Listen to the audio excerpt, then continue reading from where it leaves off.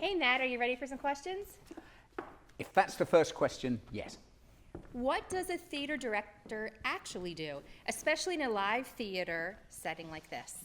Oh, in a live theatre setting like this, I mean, listens more than anything, brings various elements together. The concept, explains it to the cast, explains it to the production team, the design team, and just to kind of make sure that the whole thing is working properly. So less actual directing, more kind of advocating, I'd say. How would you describe the experience of directing Dracula, a comedy of terrors? A lot of fun. It is what we call a small scale. So I'm going to take my glasses because we're going outside and it's very sunny. Which means there are 5 actors in the cast, and one Foley artist. And so it's all a collaboration. We all just jump in together and figure it out. You can't bring in the whole idea with you when you come because they're playing lots of different characters and they've got to figure that out. Live theater is something special. In your opinion, what makes it so impactful? Well, the collaboration of the audience, right?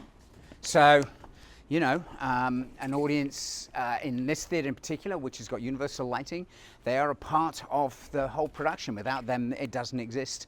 And of course, once it's happened, it will never happen in the same way again. What's one of your favorite memories from working on Dracula so far? One of my favorite memories is, one of the actors was having a difficult time. It was very challenging as one of 3 people playing there's one actor playing 3 characters, and the other 2 actors had to kind of help out as puppeteers with, I won't give the game away, but with an item of clothing. And it was very complicated. And I thought that I was really upsetting her, and she was about to burst into tears. And then at the end of rehearsal, which was never long enough, she said, "I wish I had more time because I'm really enjoying this." So that was nice. How do you balance the horror and humor in Dracula? Because it's a fine line. It's a comedy. I think the way to answer that really is we try to tell the truth of the characters, and not just make them ciphers for comedy. And when you do that, you actually find there's some horror, because it's not screamy horror. It's more like uncertainty, and you're discomforted. It's that kind of gothic-y horror. Tell us about your daily routine in the heat of a production. What does your typical day look like?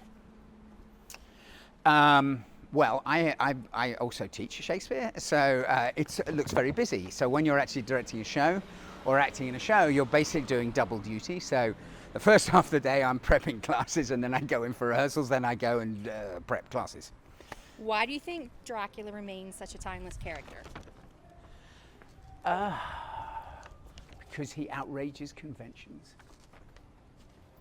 And whichever era he's in, it doesn't really matter.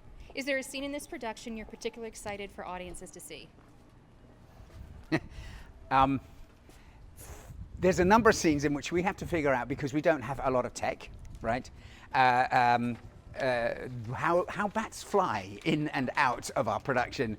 There are various ways in which it's done, and I think they're all in their own way really fun. What's one quality every theater director needs to succeed? Humility. This is one for the fans. How does directing Dracula at ASC feel different from working on Shakespeare? Oh, right, yeah, sure. I mean, there's a whole part of the process that you remove, which is there's no table work. The table work is to figure out the language and to get everybody on the same page and the same line. And here we could just jump straight in because the language is not complicated. It's a play that was written just a couple of years ago. On the other side of that, the flip side, is a lot of staging to do. So we just got in and started working. What do your rehearsals look like for Dracula? I'll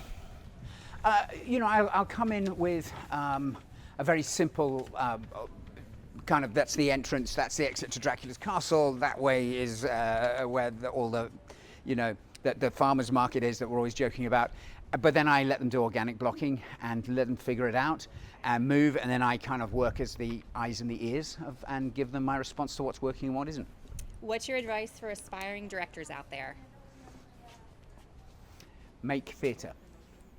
If you could direct any play with no budget limits, what would it be? Oh, God. Gosh, either Noises Off or Bowing.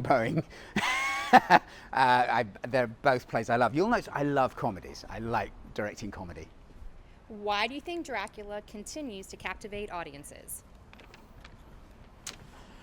I think it continues to captivate audiences because that character never goes out of fashion, because the character's, well, I think he's 800 years old, right? So, and you just put him in a different situation. And for example, you know, we just say he's a guy going through a late life crisis.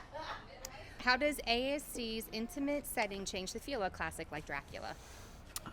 It puts the audiences right there, right? They are in amongst the story. They get to feel the fangs.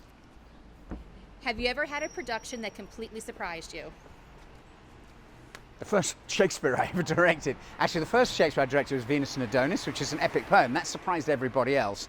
But when my first full-length Shakespeare was Much Ado About Nothing, and I thought it was a great choice because, as the title suggests, there's not a lot about anything. And in fact, it turns out it's really busy. What's the difference between directing horror comedy and a tragedy like Macbeth?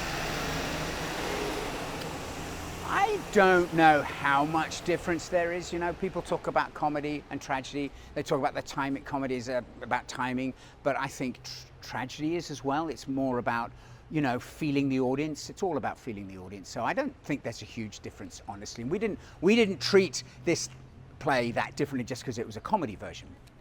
How has teaching influenced your directing style? Well, I've encountered a lot of other directors' approaches because I teach directing, and most directors never encounter other directors. That's one of the troubles about being a director. Actors are always working with other actors. Directors don't work with other directors. Do directors really have the final say in theater? Good Lord, no. Actors have the final say, so that's why you should never make an actor do anything, right? Because they'll just change it when they get on stage. And of course, the producer can change anything you do. So no, nor should we. Any last words to get us excited about Dracula at the Blackfriars? Somebody said of one of the early performances, this is the best Shakespeare they'd ever seen, so it seems like we've discovered a long-lost Shakespeare play. That's got to be a good reason to go, right? Absolutely. Thanks so much, Matt, for giving us an inside look at your process and the magic you bring to Dracula, a comedy of terrors. We can't wait to see it all come to life on stage. Break legs. Thank you.